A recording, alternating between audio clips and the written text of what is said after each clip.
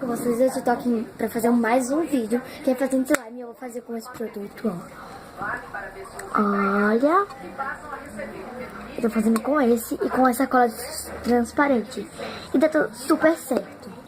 Olha o que eu consegui fazer, fica super transparente.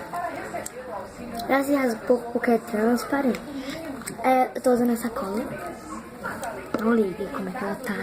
E vai demorar um pouco. E quando ela cair, eu volto com vocês. Voltando para dizer que você já se inscreve no canal. E a meta do like vai ser 10 mil.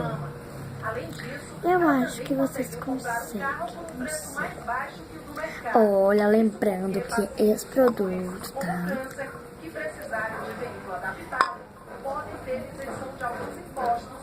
Gente, eu vou parar aqui e já volto. É bastante, agora você tem que botar. Eu não boto muito e aí você vai mexendo. Gente, já tô mexendo aqui. E aí vai virar, se Deus quiser. Olha, eu vou. Gente, não cai muito o jeito que eu... Assim, desejável não. Aí você bota. Gente, lembrando que não corre. Aí você vai lá atrasinha. Lá atrás. Tá. Calma aí. Deixa eu ver, eu boto vocês. Aqui. Não. Aqui. Ficou?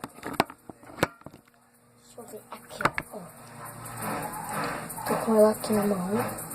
Gente, eu fiz pouco. E aí você bota ele na mão toda. E lava, que ele vai ficando bom.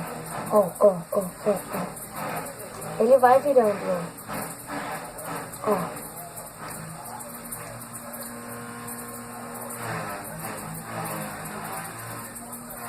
Ó.